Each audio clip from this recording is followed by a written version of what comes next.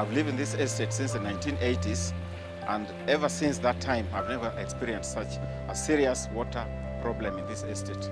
Yes, in the month of April, when the country would ordinarily be wet, that's not the case yet, and many taps in the city are still dry.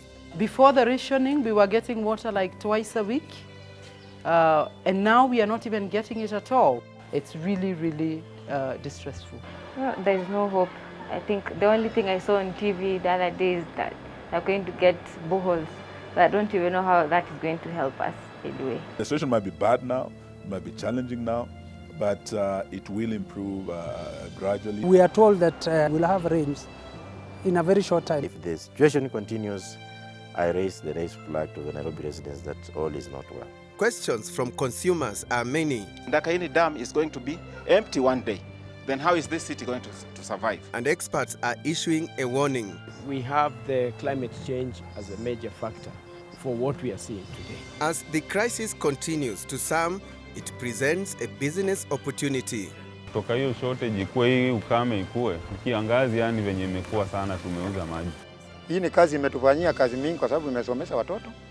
So dry taps, dry taps, dry taps. But behind that common story of dry taps, what are the real causes of the crisis, and what are some of the short-term and long-term interventions? That's what we are discussing.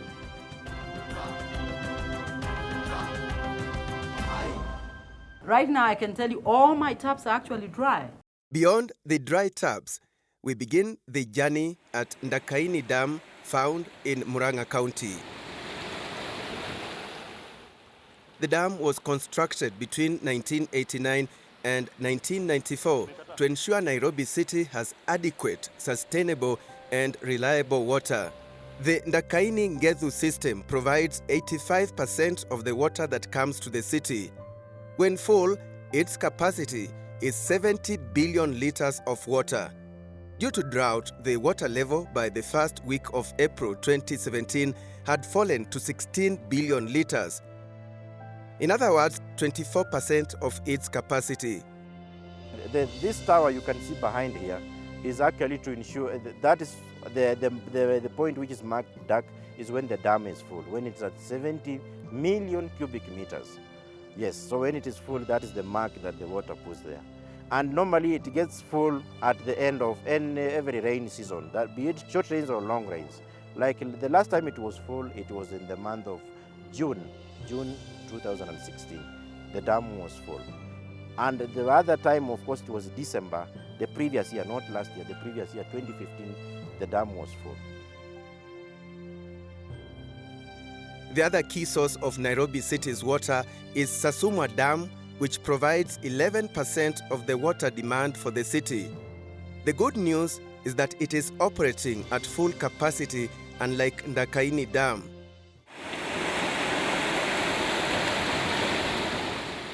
Then there is the Ruiru Dam Kabete system, which provides approximately 4% of the city water, and it is also at full capacity. Then there are three rivers that flow into Ndakaini Dam: Thika River, Githika River, and Kayuyu River. Whatever the river, we call the rivers now, there are streams. They are actually bringing very, very minimal water. The Abadeas, which is actually the main source of all the three rivers, I'll attribute it to it's under the watch of Kenya Forest Service, but I believe there is a lot of destruction of our forest there. So actually that one is hitting us negatively because of those activities. We have contacted the meteorological department locally and internationally. We are told that now the rains are coming up because the sun has crossed the equator, is going to the northern hemisphere, and therefore we'll have rains in a very short time.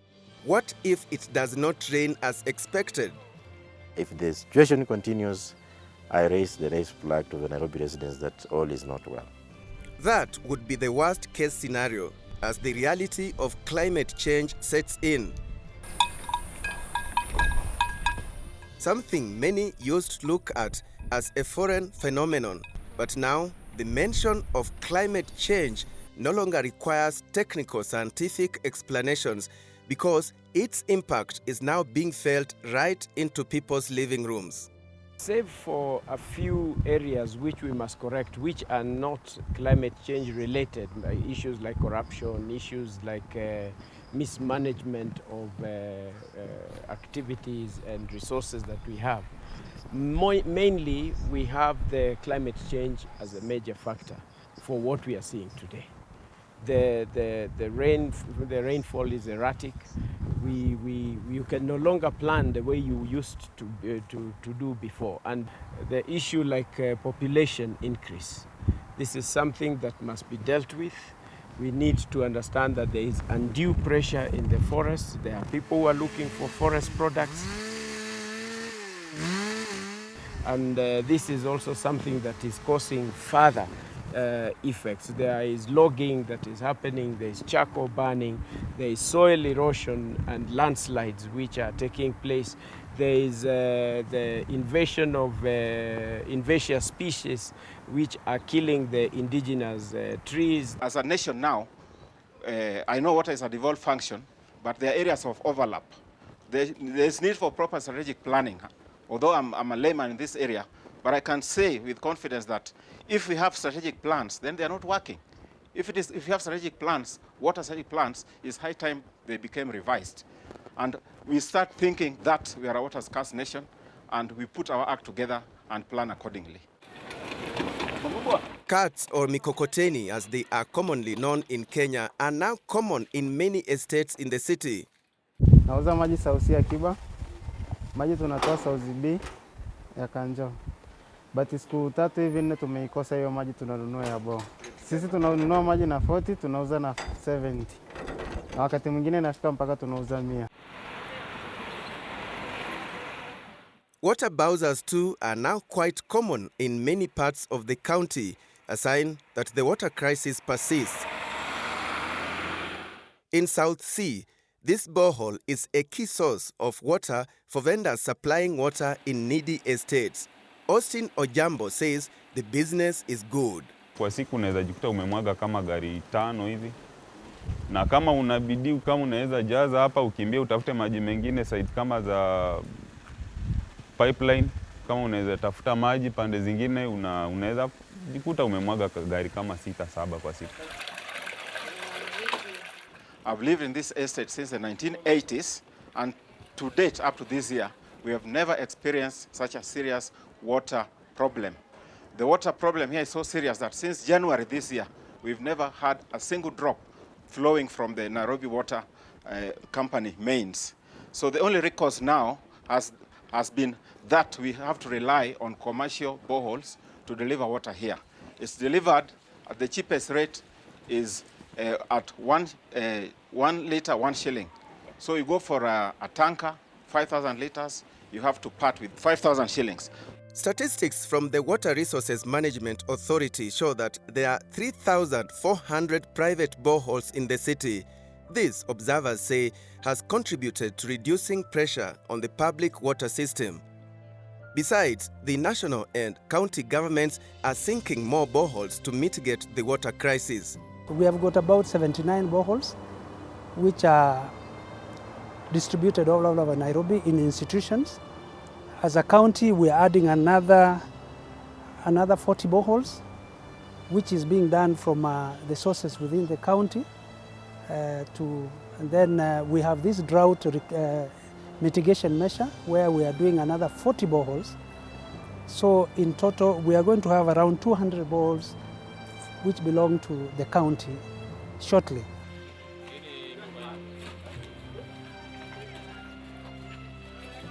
In Eastlands, water kiosks are quite common as the alternative source of water.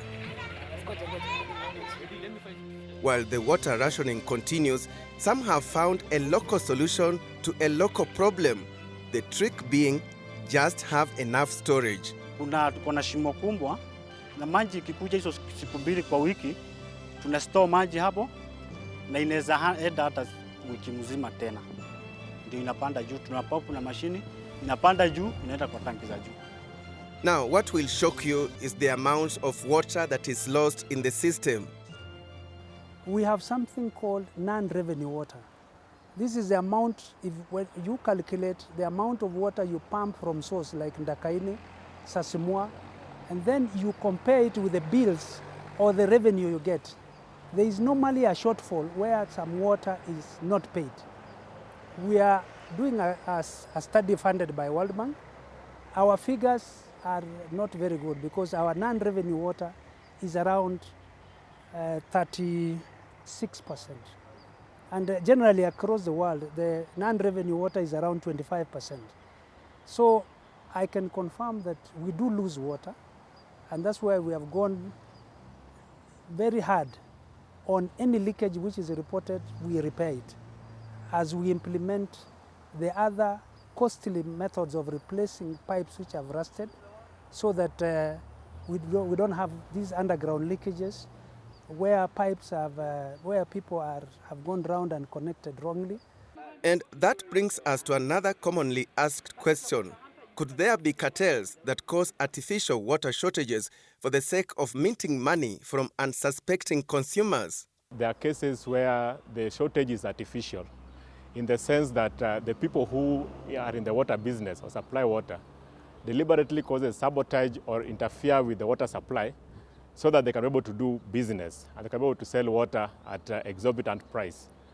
And we've received this kind of issues, particularly in the so-called slum areas, where people puncture the pipes or they interfere with water supply, and they're able now to sell the same water to people living in those particular areas.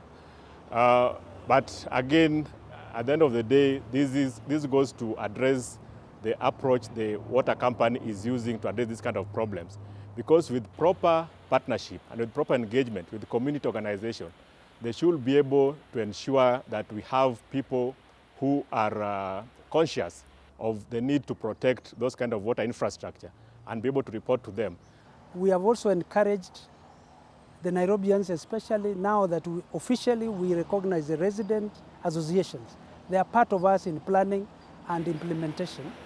Anybody who is suspected to have blocked our system, please, we have a number, *888#, just alert us, we will be there. Just the way we are monitoring leaks or water leaks.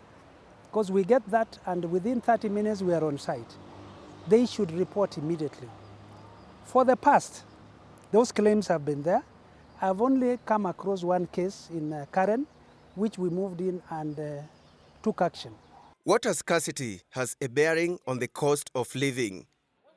Spending hours and hours in queues in search of the commodity can be energy sapping and costly in terms of time. To save water, we gave an advice to car washers some time back that they should not be using treated water, especially from our supply lines, to wash the cars. When you're washing, especially in the kitchen, you don't leave your tap running when you wash your dishes. You can recycle the water to wash cars and even to wash your dishes. There are health implications too. We also need to find a way of regulating these so-called water suppliers during the water ration, because in terms of the source of the water, there are few people who might really want to really understand where the water is coming from. But you see, you can't, unless now you go with the person bringing the water to the source itself, you trust their word. But people don't know the source of this water, and that's maybe a problem that we have to deal with as residents of Nairobi. It could be a health risk, because somebody will tell you this is a clean water I've got from a particular place, but when in the real sense, maybe they just picked even from a river somewhere. Water in our system is treated water with either chlorine or alum or aluminium, so we can easily tell whether this is our water in a tank or not. So that we are doing. To an extent that when we are testing your quality of water, we also try to check whether it is actually palatable and drinkable, so we can monitor that. But as to the boreholes, so long as you have a license from Water Resource Management Board, you can drill. And so long as it does not threaten the borehole of a neighbor in terms of exhausting the groundwater. Now, the national government and the Nairobi City County government say it will no longer be business as usual, as there are long-term solutions in place to deal with the water crisis once and for all. We're going to have a specific body mandated by law to ensure water harvesting and storage, not just in the county of Nairobi, but in the entire country. Learn more about the long-term interventions beyond dry taps continues right after the break.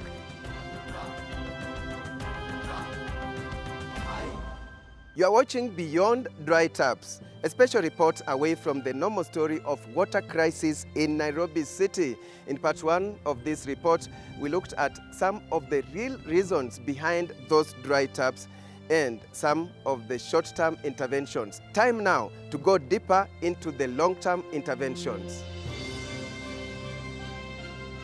The population of Nairobi City in 1989 was about 1.3 million. It rose to 2.1 million in 1999, while in 2009 it stood at 3.1 million. It is projected that the population of Nairobi will be about 5 million in the year 2020 and 14 million by the year 2050. Does water provision in the city match that population growth?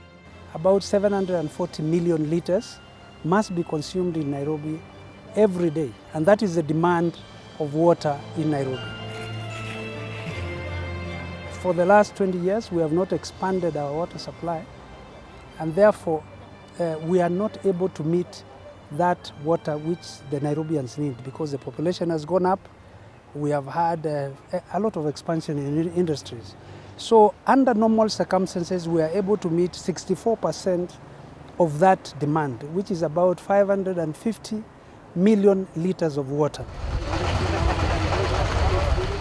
The national government and the city-county government see a long-term solution in the Northern Collector Tunnel. We are working on the Northern Collector Tunnel project. We are making very good progress, and we are over 20% now in terms of completion. And once we are able to complete this tunnel, we will be able, as the rains come now, we will be able to harvest this water and recharge Ndakaini. Once we do this, we will not have the issue of water rationing in Nairobi again. The situation might be bad now, might be challenging now, but it will improve gradually, and eventually we will be able to get out of it. 2018, we will have this project completed, and we will be able to bring into Nairobi 140 million liters of water daily through this new system. That is as far as surface water is concerned. How about groundwater? Any potential? For those who may know Nairobi very well and the underground water, we think, and we have confirmed this, that we have got a major aquifer at Ruai. We want to convert that to a drilling or a well to supply water to Nairobi, because the discharges of those boreholes are beyond 30 cubic meters per hour. That's a lot of water. So if we can turn that place to a well zone, we will be able to mitigate, especially the eastern part of Nairobi. Environmentalists, on the other hand, say if the current water crisis does not yield enough pressure for adaptation to climate change in Kenya, then the country has a long way to go. There are countries that, like Norway and Poland, which we need to borrow from. There are issues that are inter-county, inter-district, inter-institutions that are related to protection of these areas. What can we do? These countries wanted to protect 4 major basins, and what they did, they got into agreements into protecting this area. So there needs to be working together, between coordination between ministries, between the various institutions that are put together to deal with this NEMA. I'm talking of NEMA, talking of water towers, talking of Kenya Forest Service, talking about WARMA, talking about all these institutions. They need to work together. Counties, which are, they are transboundary issues, so they need to have agreements that are bringing together the efforts in a very deliberate manner. You can see like now, we're just coming from a drought. 80% of the water is going to be lost, and we are going to be back in the same situation. So we keep talking about rainwater harvesting. This is the time that these institutions and relevant bodies need to come up, just like Nanaimo District of British Columbia, to agree this is the guidebook, a practical handbook, how you can do this, how you can collect this. As national government, we've just, through the National Assembly and the Senate, passed the Water Act 2016. This new law puts in place the Water Harvesting and Storage Authority. So we're going to have a specific body mandated by law to ensure water harvesting and storage, not just in the county of Nairobi, but in the entire country. We are urging county governments to also do the same. Water harvesting can also be done at household level. We can, starting from our own homes, and we're encouraging people even in the village. Like what Professor Wangari Maathai said, that her little thing was really about planting trees. And there are such little things that change the world.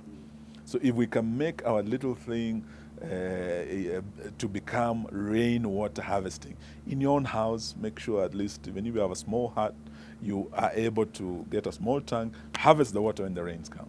If you do that in every house, in every school, and in every village, and in every town, we will have enough water. We are trying to encourage roof catchment, surface catchment.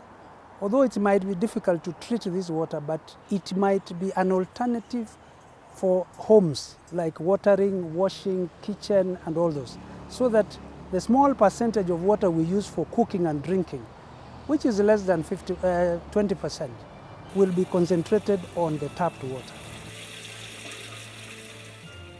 In a nutshell, it's all about planning and implementation, with conservationists emphasizing that action should not just be at institutional level, but also at individual level as the reality of climate change sets in, the consequences of global warming spreading right into people's living rooms. One of the big plans on paper in government circles is water harvesting. And if this is implemented and sustained under good governance practices, then it will go a long way in resolving the water crisis in the country, with Nairobi being one of the counties that have been in sharp focus when it comes to discussing dry taps.